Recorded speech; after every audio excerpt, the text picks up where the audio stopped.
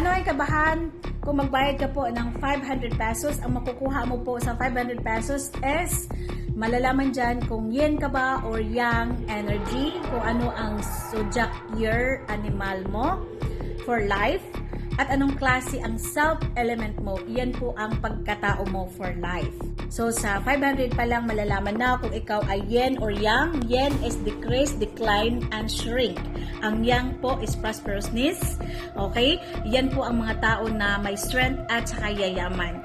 Yan po ang makukuha mo. At saka malalaman din po dyan sa ating, malalaman dyan kung ikaw po ay yin energy. Ang yin energy po na zodiac year is year of the ox, year of the rabbit, year of the snake, year of the sheep, year of the rooster, and year of the pig. Ang mga yang po na zodiac year is year of the rat, year of the dragon, year of the tiger, year of the horse, year of the monkey, and year of the dog. Ito yung may mga chance na yumaman. Ito ang mga talagang tulungan ng mga pampaswerte at i-guide po sa buhay ang mga yin animal zodiac sign. Yan po makukuha nyo sa 500. Malalaman nyo dyan kung nabilong ka ba sa yin or sa yang. Okay? And then, kung makukuha nyo po sa 1.5, makukuha nyo po dyan is self-element, kung anong klaseng animal zodiac sign ka, anong klaseng element ng self-element mo, tapos ano ang basket of elements mo. Ang basket of elements, dyan po malalaman kung alin po ang iyong strong na element. Ang mga strong na element ay yan po ay hindi nyo dagdagan kasi lulubog kayo at wala kayong asenso. Okay? At ang ating titignan po kung ano ang weak elements mo sa iyong self-elements or basket of elements. Kasi dyan po natin kukunin kung ano ang klase ng kulay na ating isusuot lagi sa ating damit, cortina, ang kulay ng ating mga furnitures, kulay ng ating bedsheet, ang ating curtains, at ang kulay ng ating bahay.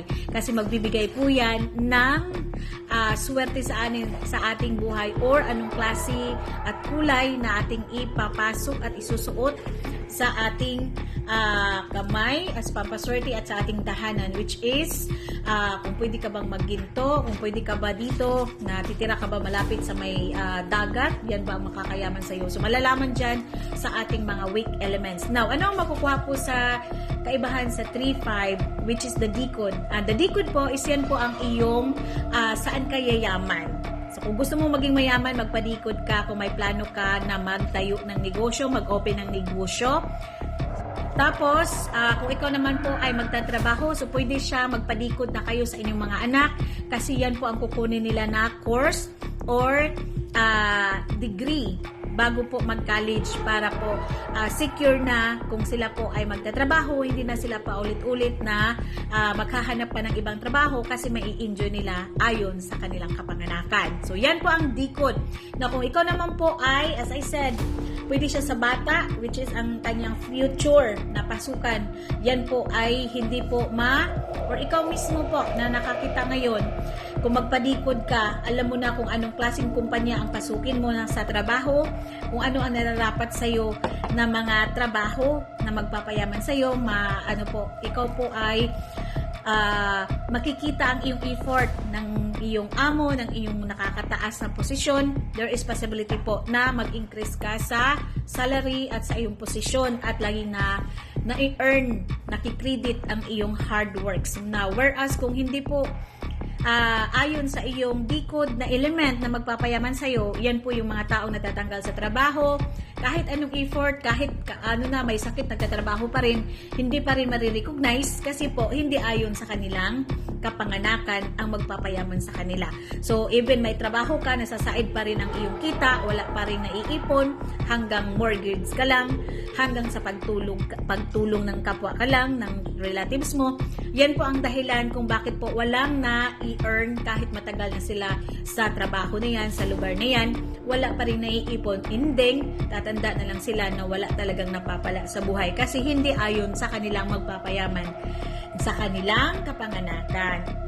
Yun po ang kaibahan sa decoding. Now, ang decoding po, pira lang po ang ibibigay sa iyo niyan. So, ibig sabihin, either makabili ka ng asset o properties, or makaipon ka ng pira, makabili ka ng bahay, kotse. Ibig sabihin po, mga pinaghirapan mo, mai-enjoy mo. Now, ano po ang kaibahan sa life chart, which is yan yung 5,000? para po ang pera hindi po lalabas. Kasi lalabas po ang pera sa decode na 3-5 kung hindi mo siya i-enhance. Okay? Hindi siya lalago ang pera na papasukan mo kung wala kang 5,000. Doon kasi sa 5,000 makikita mo ang whole. Hindi siya whole but the first stage po na ma-enjoy at mag-grow po ang iyong pera. Which is dyan po papasok ang life chart. So sa life chart po makikita dyan ang iyong lucky na element. Ano yung lucky element? Which is yan po yung support. Malalaman po dyan kung ano ang lucky element mo. Like example, malalaman dyan kung anong malalaman kasi dyan kung anong year magsisimula ang iyong swerte, ang iyong parang ang pera ba napaka-easy ng pumasok kahit nagtulog-tulog ka, may pumapasok na pera. Ganun po yon. Okay? Or mahahandle mo na lahat. Nandyan din po kung anong edad ang magiging okay ka, maging okay ang marriage mo, or makakahanap ka ng marriage. Malalaman din dyan kung you will be single forever, makakahanap ka ba ng kapariha, or maging okay ba ang iyong marriage, anong year, anong age, makikita dyan sa ang marriage, ang career, at anong money. At makikita din dyan kung anong age or edad ka, walang pera, maubusan ng pera, or abundang-abunda. Meron dyan sa chart na yan, makikita kung ano ang edad. Magsisimula ang iyong luck, ang iyong yaman, or kailan ka mauubusan ng pera, or maghihirap ka. Ganyan, malalaman dyan.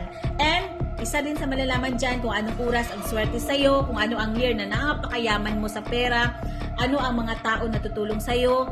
Basta marami dyan kung saan ihihiga yung ulo mo para mag-generate, mag-open ng mga opportunity, kung ano ang house facing, kung ano ang direction ng window ang pwede mong i-open para papasok ang swerte. Marami pong matutunan ka sa 5K na life chart, which is combine po yan ng Kimin at saka Feng Shui. So yan pong 5K, kailangan ko lang po ang inyong name, birthday, which is the month, the day, the year. Kung alam nyo po ang hour na pinanganak kayo, much better. Kasi 100% yan, malalaman natin dyan kung may ancestral karma ka ba or wala sa hour. At dyan kasi ang current mo na situation sa hour. So kung hindi nyo alam ang hour po, nasa birth certificate po yung hour. Na kung hindi nyo alam yung hour po, malalaman yan sa inyong mga birth certificate, dun yun. So kung walang hour, nasa 90% lang po ang maano natin, ma-life chart. Which is better pa rin. Kasi andyan yung ma-enhance natin yung lucky element. Malalaman kasi dyan sa lucky element kung ano ang mahina. So, sino ang kasi i-attack ng stronger ang weaker na element. So, ibig sabihin, pag hindi siya balance ang iyong buhay, ang unang maapektuhan yung weaker. So, kakainin siya ng malakas na element. So, ibig sabihin, isisend ko sa'yo yung buong English. Kung hindi ka maintindihan, pwede tayong mag-usap. Pwede kang magparesita kung ano ang dapat gawin. Doktor po ako sa metaphysics, mga madam. So, magparesita ka kung ano ang maging magandang, magandang resita na pampaswerte na iyong itangan. Kasi makikita dyan kung ano ang missing element mo na pwede mong i-adapt. Either it's pampaswerte, furniture sa bahay, kulay ng bahay, at saka curtains, bedsheet, damit. Malalaman dyan kung ikaw din po ay magninegosyo kung anong mga pwede mong kulay na i-adapt. It's a big factor po sa 5K na life chart, which is kailangan ko din ng gender. Gender po is malaking factor. Kahit pareho kayo ng oras, birthday, gender is very, very big factor. Kaya kung kayo life chart, salin nyo po ko if you are a male or you're a female.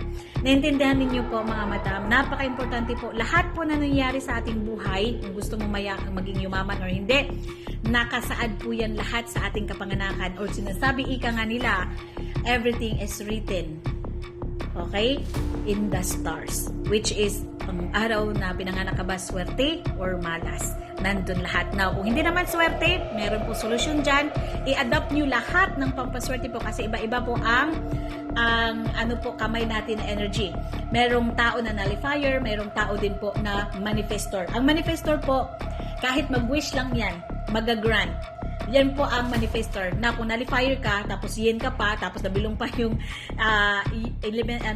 zodiac year mo sa yen. Naku, talagang kailangan mo na talaga ng maraming tulong. So, kailangan maniwala, magsikap, at saka buo po ang inyong pagano na yayaman at yayaman ka talaga. Sundin po kung ano ang nakalagay sa inyong life chart, sa inyong metaphysics na